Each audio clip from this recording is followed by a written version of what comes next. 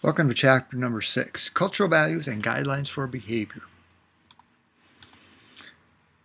This is the key thing we're going to look at here is perception and how it is my perception, yours, everyone we meet has a definite pattern because of the selectivity of our past, how we're trained, how we grew up, our language, our culture, our look at life. We are going to filter it through those perceptions, which is a direct result of culture and how we've been trained, like I said.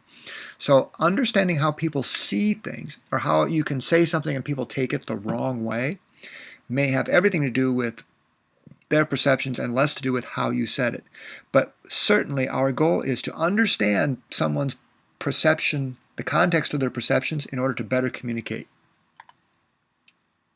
So it's how we make sense out of things. It is selective. It is not you see things as they are necessarily. It's learned, it's very consistent, and it is largely inaccurate. Now that's not to say it's false, because it makes sense given our context, and that's true of everybody. So don't let somebody tell you that their perception is so much higher and more developed than yours, because it's not. Now we can fight it, but the goal behind our discussion here is to use it to understand we have selective perception and use it to tailor the communication, both in a sending and a receiving sense, because they may or may not be aware of it. There's some patterns. It is integrated, ingrained, and they can be contradictory. So this is why we've studied some of the history, and you've read through some of that, and especially the religious contexts. Kohl's values Americans live by, U.S. values contrasted with foreign counterpart values. Now, if you look at the video regarding the final project, or when you do, you'll see that kind of what I'm after is a compare and contrast. And this is a stark comparison right here. You can see the perceptions are, in a general sense, at odds with each other.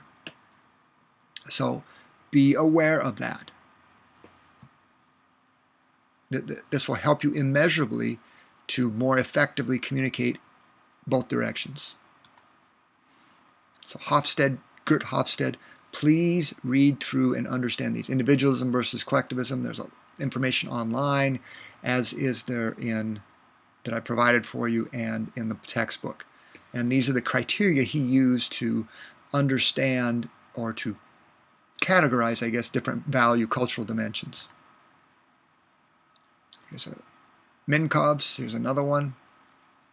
Another way to view this. So some basic questions, value orientation. How do we look at human nature, humans versus nature, our relationship to? How do we view time? What value is placed on work and relationships with other people? Infinite variety here.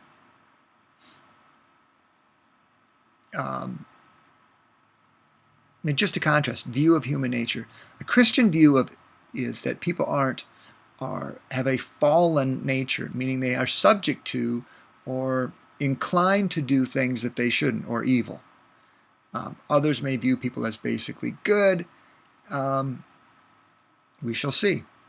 But be aware of this. And those are hugely contrasting views. So high context versus low context. Now this is critical.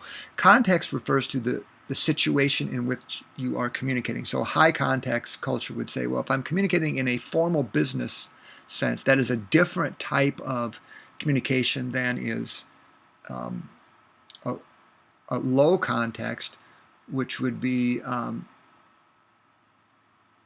facts are as they are written. It doesn't matter the surroundings and the emotions or the nonverbals. It's what was written down. That's what really matters.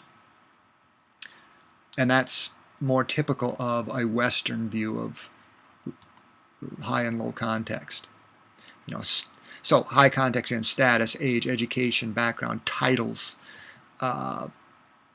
Much more indirect, much more more difficult to communicate, quite honestly, because there's so many subtleties there.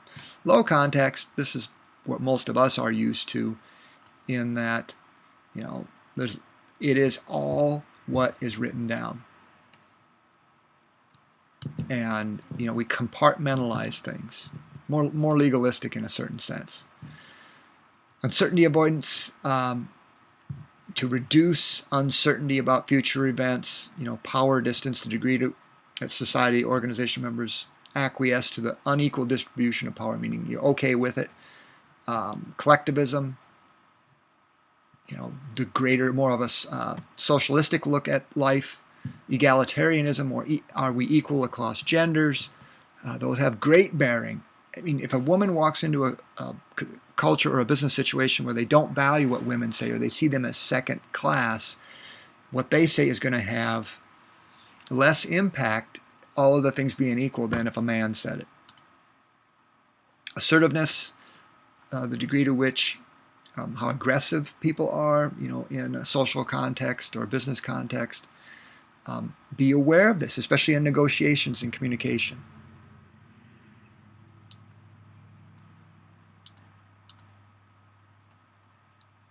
So different, you know, English-speaking peoples have, you know, or a Western view, I guess would be a way to look at it. Latin European cluster or cultural group, again, more collective than individualistic. You know, power distance, high score.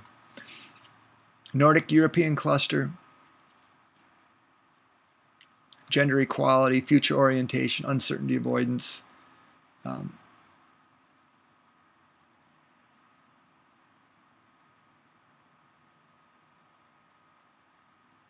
And so on. These are fascinating things to read and understand. Germanic cluster,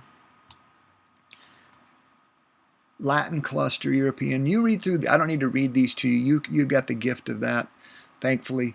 But understand these, and then when you get into this chapter, especially when you get into your project, this is what's really going to help you to read things for what they are. Excuse me, I got it out of sequence there. You know, Middle Eastern. Again, you can see some cross-pollination now with the religious, the dominant religions in those areas.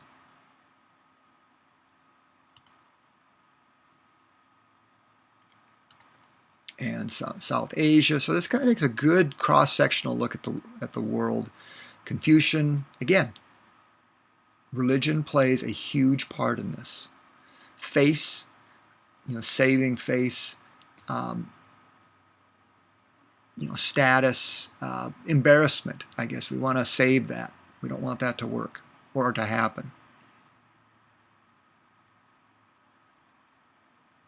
And there is, in individualistic cultures, face comes from self-effort. In a collectivist culture, it's more of a, what group are you a member of?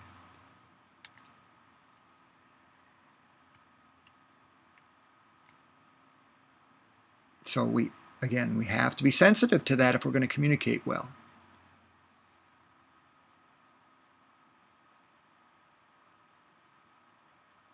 Here, look at the individualism versus collectivism. Relationship dominates the task. This would be a foreign concept to us. The task is what's important. It's not the social impact of it. It's what's the task. Let's get the job done.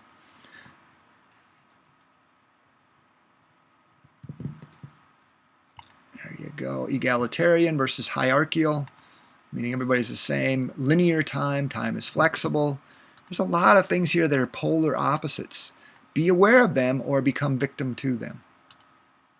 Okay, that's a very quick view of Chapter 6. Please read through it very carefully.